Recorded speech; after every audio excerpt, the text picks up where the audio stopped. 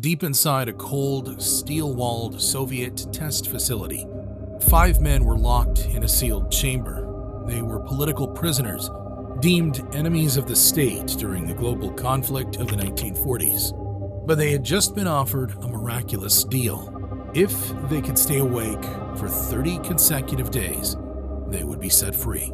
To help them achieve the impossible, the researchers began pumping an experimental stimulant gas into the holding cell. It was a chemical compound designed to eradicate their need for sleep entirely. The environment was strictly controlled. The chamber was stocked with enough dried food to last all 5 men for a month, running water, a toilet, and cots with no bedding. Meanwhile, the researchers monitored them through thick glass portholes and hidden microphones, completely unaware of the nightmare they were about to unleash.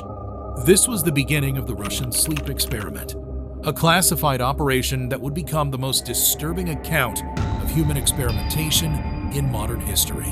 What started as a simple test of endurance was supposed to last a full month, but the experiment had to be catastrophically halted after just 15 days, because when the researchers finally unsealed the heavy steel doors, what appeared before them was unnerving.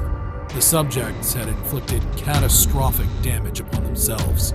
The floor drain was completely clogged, and the room was flooded with 4 inches of standing dark fluid.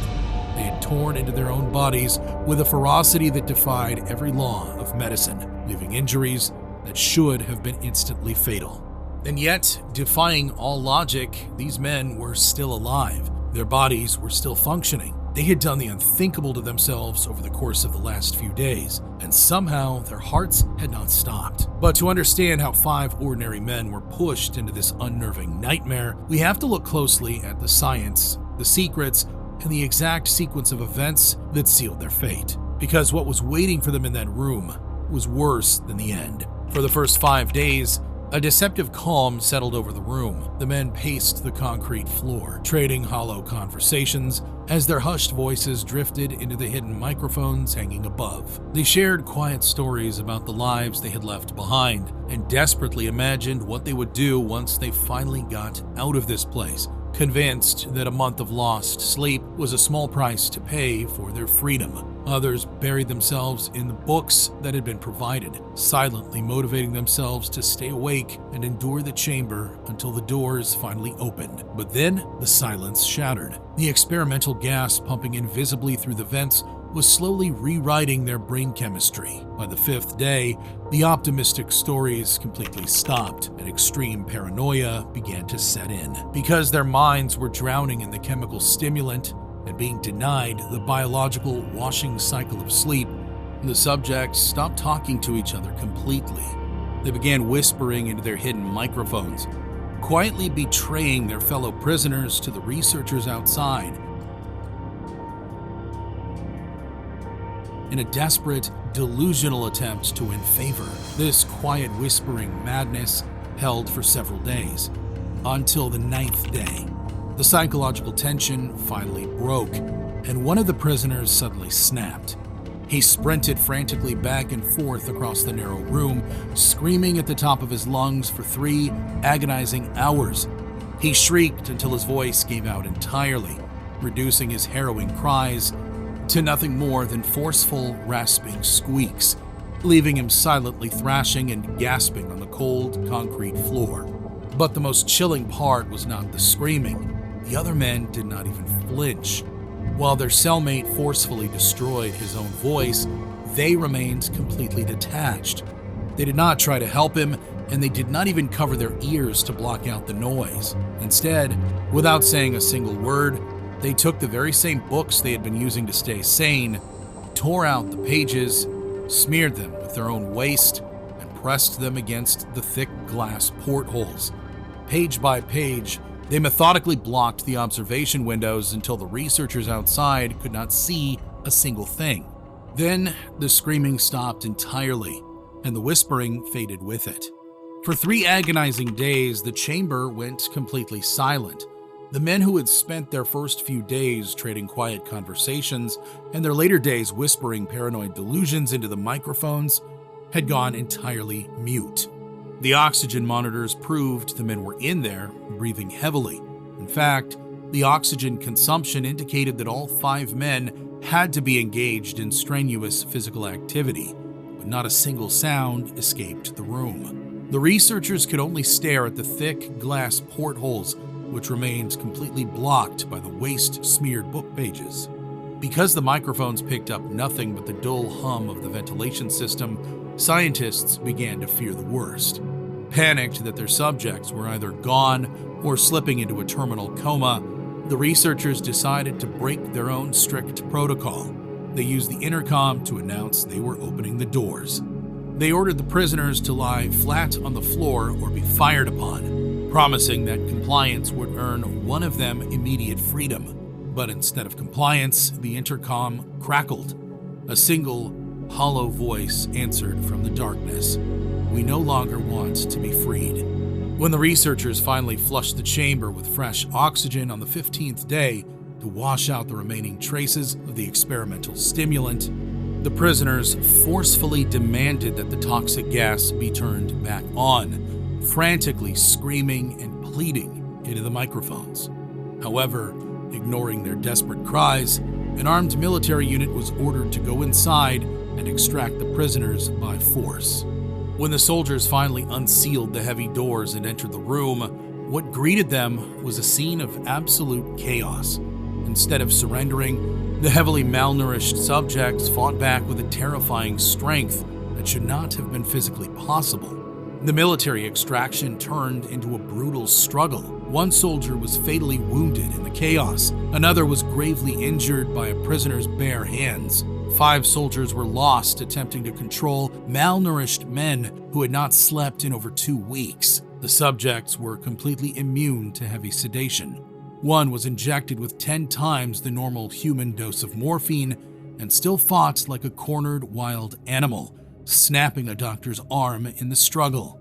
Even with massive fluid loss and catastrophic internal injuries, their hearts kept beating. Eventually, the thrashing survivors were restrained and rushed to surgery. They were desperate to remain awake at all costs. When one subject was brought to the operating table, he forcefully refused anesthesia. He did not scream in pain as the scalpel sliced into his tissue. Instead, his mouth stretched into a slow, unnatural grin. When the grueling surgery ended, the subject looked up at the nurse as she struggled to maintain her composure. He leaned toward her and whispered 2 words that would haunt the medical staff for the rest of their lives. "Keep slicing." The true nightmare happened as the very last surviving subject lay strapped to an operating table, rapidly fading away. The researchers realized the experiment had failed catastrophically. The military commander ordered the lead researcher to step inside the chamber with the remaining subjects and seal the doors forever. But rather than accept this grim sentence, the researcher snapped. Driven by pure, blinding panic at the thought of being locked in the dark with those monsters, he pulled his sidearm and struck his commander down on the spot. He then slowly turned the weapon on the final surviving prisoner. Staring down at the grinning monstrosity on the table, the terrified researcher pointed the tool directly at its head and asked in a trembling voice, "What are you?" By all laws of medicine, a man missing half his organs and rapidly losing vitality should not have been able to form a single word. Any normal human being would have been forcefully thrashing, weeping for mercy, or screaming in unimaginable agony. But this man did not scream. That slow, unnatural grin never left his face. Instead, he delivered a flawless, terrifying monologue. Have you forgotten so easily? We are you. We are the madness that lurks within you all, begging to be free at every moment in your deepest animal mind. We are what you hide from in your beds every night. We are what you sedate into silence and paralysis when you go to the nocturnal haven where we cannot tread. Stop and really listen to that language. Nocturnal haven.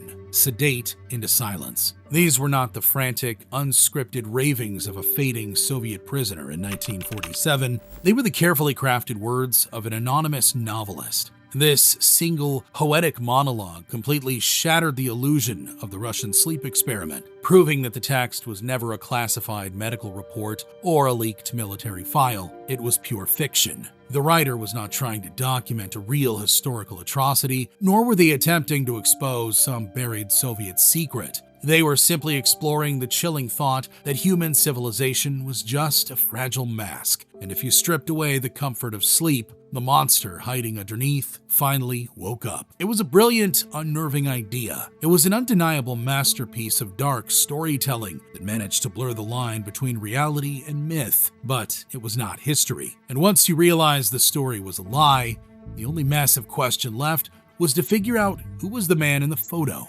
Almost every single person who heard about the Russian sleep experiment knew it because of one specific haunting image. It was a grainy black and white photograph of a severely emaciated figure. Its eyes were deeply sunken into its skull, and its mouth was stretched into a terrifying frozen grin. It looked exactly like a man who had survived a trip to the abyss. For years, this unnerving picture was shared across forums, YouTube videos, and social media as irrefutable proof. While some people swore it was a leaked photo straight from the classified Soviet archives, others fiercely argued that it was undeniable evidence of a military cover-up, proving that the government had successfully buried the truth about their atrocities. But the truth was much, much stranger.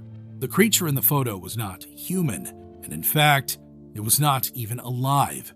Its name was Spasm, and you could buy one right off the shelf at Spirit Halloween for exactly $149. Spasm was a commercial animatronic decoration released in 2005 by a company called Morbid Enterprises. It was made entirely of foam-filled latex and had a small mechanical motor tucked inside the chest cavity. When motion activated by a passing trick-or-treater, the figure would shake forcefully in its dirty straitjacket, simulating a terrifying seizure. The reason the image looked so incredibly realistic was not because of what the camera captured, but rather what was intentionally erased. Someone took a basic photograph of the rubber prop, degraded the image into a harsh black and white, and buried the cheap foam texture in heavy shadows. Stripped of its background and reduced to grainy static, a mass-produced piece of plastic became a perfect piece of visual evidence. The timeline alone shattered the illusion completely. The Spasm animatronic was mass-produced and sold in retail stores between 2005 and 2008, while the text of the Russian sleep experiment did not exist until August 10, 2010, when an anonymous user named Orange Soda submitted it to an online contest for creating believable urban legends. It was not a photograph of a tortured Soviet prisoner, but simply a photograph of a cheap decoration left on a front porch. But the reason this fake story went massively viral and successfully fooled millions of people was because the author did not invent the biology of the nightmare out of thin air. Instead, they copied it directly from real, classified medical history. Even though the photograph was a fake and the speech was pure fiction, the disturbing biology of the story forced audiences to ask one massive question. Could a human body actually stay awake for 15 days? When medical professionals examined the true limit of human wakefulness, the real cases painted a highly clinical picture of what sleep deprivation actually did to the brain. Because the brain essentially used sleep to wash away toxic proteins that build up during waking hours, denying that biological washing cycle meant the mind simply began to drown in its own waste.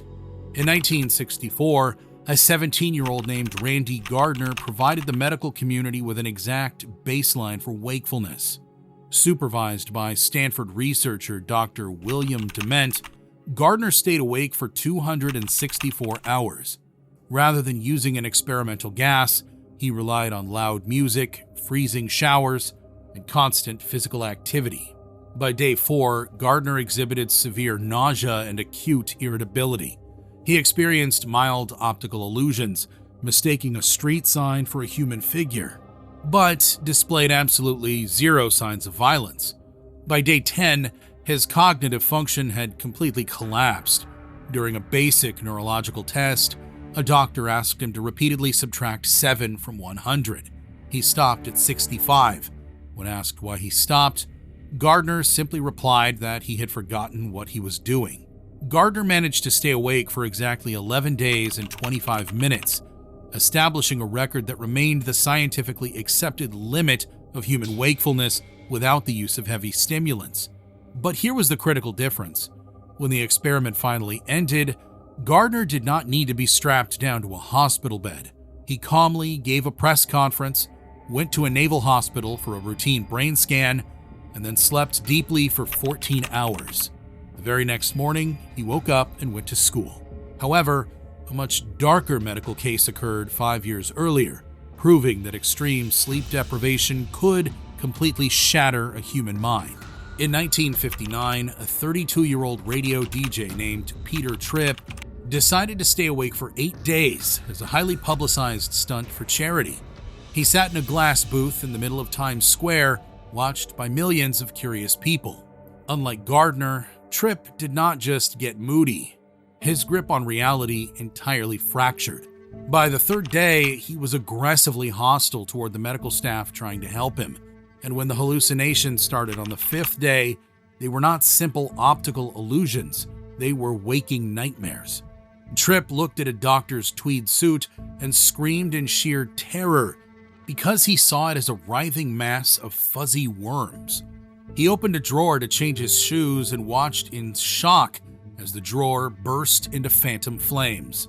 His exhausted brain, desperate for sleep, began to force him to dream while he was still standing up with his eyes wide open. This terrifying phenomenon was called REM intrusion, where the neurological barrier between reality and the dream state collapsed. The subject could not wake up because they were already awake. Basic biology proved the events in the Russian chamber were completely impossible, because a human body deprived of sleep for 15 days would be far too weak to stand up, let alone fight a room full of armed military guards. But the Russian story did not just rely on sleep deprivation, it relied on an experimental stimulant gas. To understand the biological limit of military-grade stimulants, medical historians pointed to a single documented case from 1944, where a man was pushed far beyond the point of total collapse and somehow walked out of the woods. During the global conflict of the 1940s, both Axis and Allied forces heavily utilized synthetic stimulants to keep their soldiers awake and aggressive.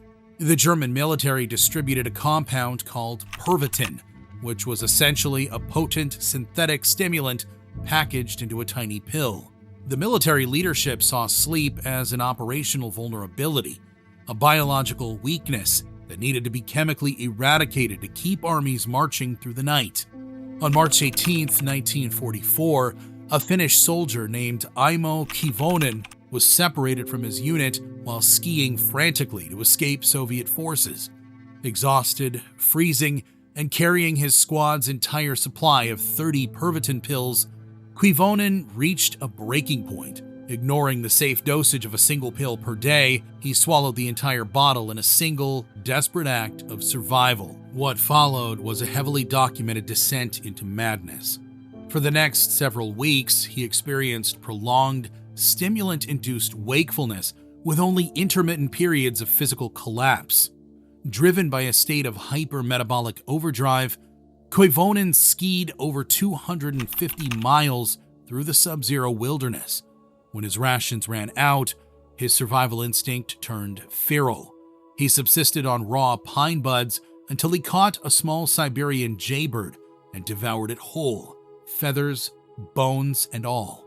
Plagued by constant, terrifying hallucinations, he fought off imaginary enemies in the wilderness and did not even stop walking after stepping on a landmine that blew his foot apart. He lay in a freezing ditch for a week, drifting in and out of consciousness until a Finnish patrol finally found him. When he arrived at the hospital, his heart rate was hammering at 200 beats per minute and he weighed only 94 pounds, but somehow he was alive. Koivunen's survival demonstrated exactly what happened when a human nervous system was flooded with military-grade stimulants. The body could endure for weeks without a single second of rest, completely numbing itself to catastrophic physical destruction, while the mind regressed into a state of pure, animalistic survival. But there was one terrifying divergence between the incident in Finland and the experiment in Moscow. Koivunen's psychological fracture was driven entirely by a desperate need to survive the elements. The stimulants did not turn him against his own body. That specific level of self-destruction came from a clinical condition known as stimulant psychosis. When the brain was chronically flooded with dopamine from heavy stimulant use, it triggered extreme paranoia and tactile distortions. Chronic stimulant users often suffered from formication, a severe tactile hallucination where the user genuinely believed insects were crawling under their skin. They would pick, scratch, and desperately tear at themselves in a frantic attempt to remove the bugs. So when the fictional Russian prisoners were found having caused catastrophic harm to themselves, the author was utilizing a very real, very dark medical reality to make the impossible seem entirely factual. While the biology was impossible, the photograph was a Halloween prop, and the speech was a modern myth written by an anonymous author in 2010, there was one chilling detail the writer got absolutely right. Long before the Nuremberg trials forced the world to look at the atrocities of the global conflict, the Soviet Union had already spent decades quietly perfecting the science of elimination.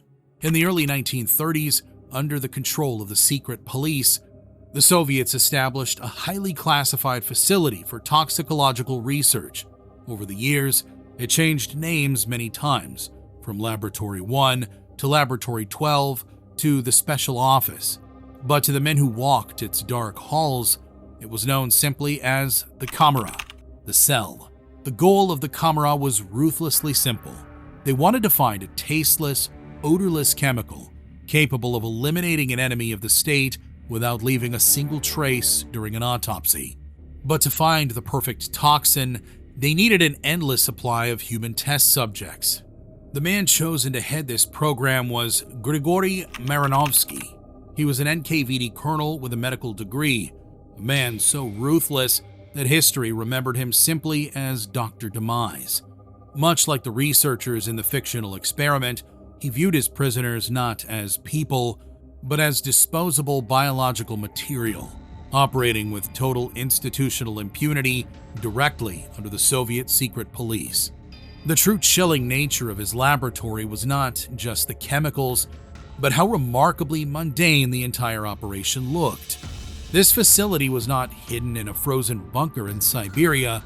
It was located in the absolute heart of Moscow, on Varsonofievsky Lane, hiding in plain sight, just steps away from the infamous Lubyanka prison.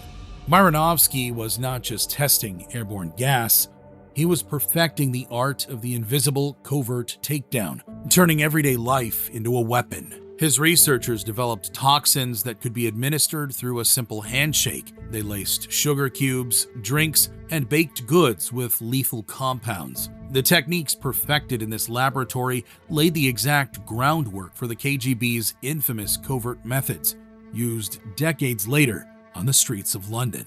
But to perfect these invisible weapons, the Kamera needed a constant supply of blood. According to the memoirs of Soviet spy master Pavel Sudoplatov, Marinovsky took political prisoners who had already been sentenced to their final fate and brought them to the lab under the guise of a routine medical checkup. The prisoners brought to the Kamera did not know they were test subjects. They sat in a sterile medical chair, rolled up their sleeves, and thanked the doctors who were quietly injecting them with lethal doses of mustard gas, curare, or digitoxin, claiming it was life-saving medication. His true obsession, however, was a compound known only as C2. The physical effects of C2 were uniquely horrific. Witnesses reported watching the targets experience violent convulsions and complete physical paralysis. They rapidly weakened, falling unnaturally still and completely silent. 15 minutes later, they were gone. While the subjects convulsed and faded on the floor, the scientists did not look away. They stood behind observation glass, clicking their stopwatches, taking meticulous notes on the exact duration of the muscle spasms. They logged the human suffering with the exact same emotional detachment as a biologist studying insects. In fact, Myronovsky was so detached from the process that he actually complained to his superiors about the quality of the prisoners he was given. He was highly frustrated that their malnourishment was skewing his chemical data, demanding healthier test subjects so his toxicological charts would be more accurate. This was not a spooky story written on an internet forum. This was a documented, state-sponsored, highly classified Soviet procedure. Myronovsky personally administered these outcomes, treating a human life as nothing more than a quality control test for a new batch of chemicals. Because everyone was just following orders, and everyone was just doing science. This was exactly why the fictional Russian sleep experiment felt so incredibly real. The author did not have to invent the cold, sociopathic nature of the researchers. They just copied it directly from the Soviet archives.